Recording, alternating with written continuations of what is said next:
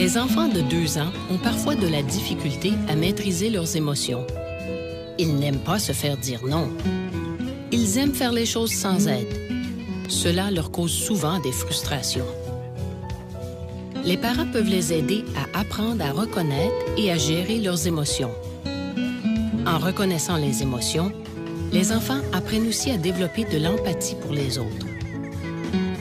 L'autocontrôle est une étape importante de l'autorégulation.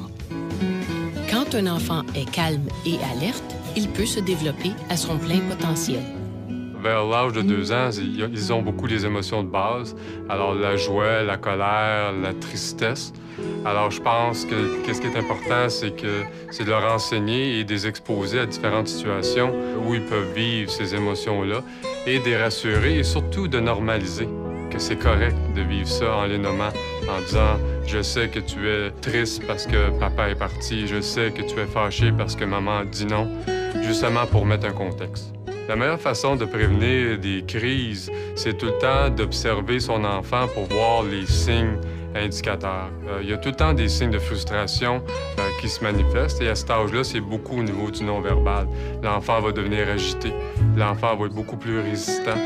Alors, c'est lorsqu'on voit ces signes-là, c'est d'arrêter l'enfant et de prendre une pause pour justement lui donner la chance de se calmer et par la suite le ramener à la tâche ou à l'activité. Regardons ce scénario. Non, finalement, je pense que tu restes ici parce que je vais aller porter les filles à la danse puis Maxime au hockey. OK? OK. On va montrer à maman ton nouveau toutou, OK? OK. Attention, je vais ouvrir la porte, OK? Ça va, William?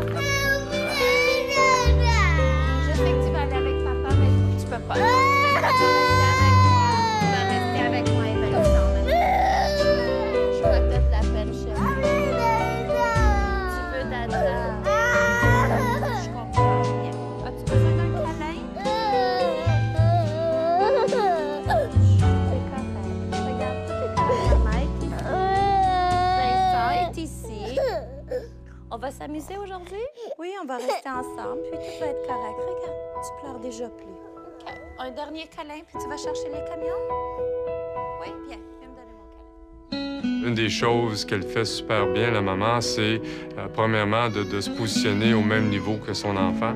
Alors, elle s'accroupit justement pour avoir son attention et elle décide de tout le temps lui parler lorsqu'elle a l'attention, le contact visuel de son enfant et le rassure à un degré qui est très positif et on voit l'enfant qui se calme très rapidement pour passer à autre chose.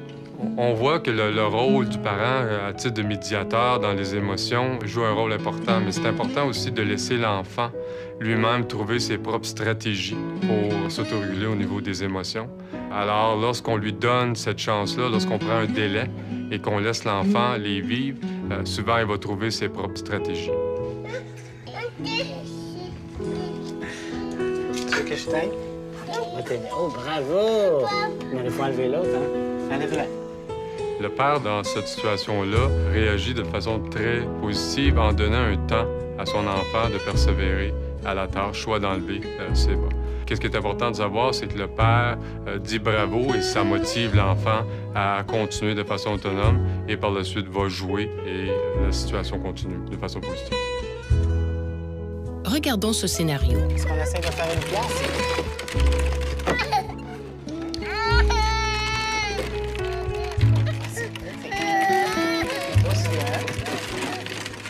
André. André.